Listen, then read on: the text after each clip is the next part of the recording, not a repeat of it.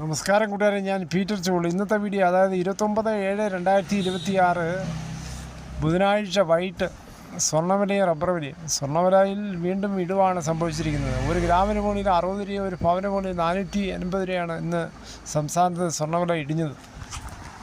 ഇവിടെ കേരളത്തിൽ 22 carrot 1 gram 13,155, ഒരു പവൻ 1,05,240. അതുപോലെ 24 ക്യാരറ്റ് 14,351, ഒരു പവൻ 1,14,808.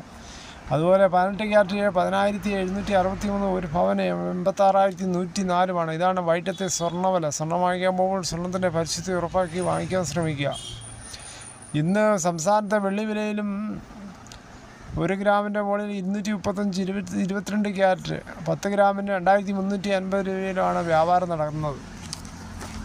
സ്വർണ്ണവില ഇങ്ങനെ ഇടിഞ്ഞിടിഞ്ഞ് താഴോട്ട് പോയാൽ സ്വർണ്ണപ്രേമികൾക്ക് വളരെയേറെ ആശ്വാസമാണ്. ഇപ്പോൾ വെള്ളിക്കും വളരെ ആവേശമാണ് വിപണിയിൽ.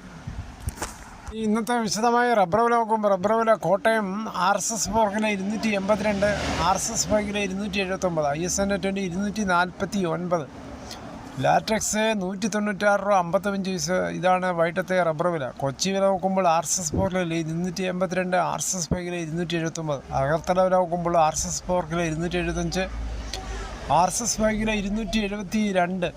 ഒട്ടുപാൽ നോക്കുമ്പോൾ 80% DRC ഒട്ടുപാൽ കിലോ 185, 60% DRC ഒട്ടുപാൽ കിലോ 138 രൂപ 75 പൈസ. ഇന്നത്തെ സഹ്യാദ്രി റബ്ബേഴ്സ് പ്രൈവറ്റ് ലിമിറ്റഡ് പുനലൂരിൻ്റെ വില നോക്കിയാലോ. Grade RSS 4 kilo 277, grade RSS 5 272, loose sheet kilo 264, lot kilo 235. ഒട്ടുപാൽ നോക്കുമ്പോൾ 154 മുതൽ 171 രൂപയാണ് സഹ്യാദ്രി റബ്ബേഴ്സ് പ്രൈവറ്റ് ലിമിറ്റഡ് പുനലൂരിൻ്റെ വില. സഹ്യാദ്രി റബ്ബേഴ്സിൻ്റെ പ്രത്യേകത ഉയർന്ന വില, സമയബന്ധിത ശേഖരണം, സുസ്ഥിരമായ വ്യാപാരം, കർഷകൻ്റെ ഉയർച്ച ഞങ്ങളുടെ ലക്ഷ്യമെന്നാണ് സഹ്യാദ്രി റബ്ബേഴ്സ് പറയുന്നത്. എന്തായാലും ഇന്ത്യയിൽ നടക്കുന്ന ഓരോ സംഭവവികാസങ്ങൾ, മൂത്രമൊഴിക്കാൻ കുട്ടിയെ അനുവദിച്ചില്ല, പാൻറ്റിൽ മൂത്രമൊഴിച്ച് 5 വയസ്സുകാരൻ്റെ സ്വകാര്യ ഭാഗത്ത് പൊള്ളിച്ച് ആ ക്രൂര അധ്യാപിക. സംഭവം ഉത്തർപ്രദേശിലെ ആണ് സംഭവം. പ്ലേ സ്കൂൾ വിദ്യാർത്ഥിയാണ് വാരണാസിയിൽ ഈ ക്രൂരതയ്ക്ക് ഇരയായത്. പാൻറ്റിൽ അറിയാതെ മൂത്രമൊഴിച്ചതിന് വിദ്യാർത്ഥിനിയുടെ സ്വകാര്യ ഭാഗത്ത് ചൂടാക്കിയ കത്തി ഉപയോഗിച്ച് പൊള്ളലേൽപ്പിക്കുകയായിരുന്നു.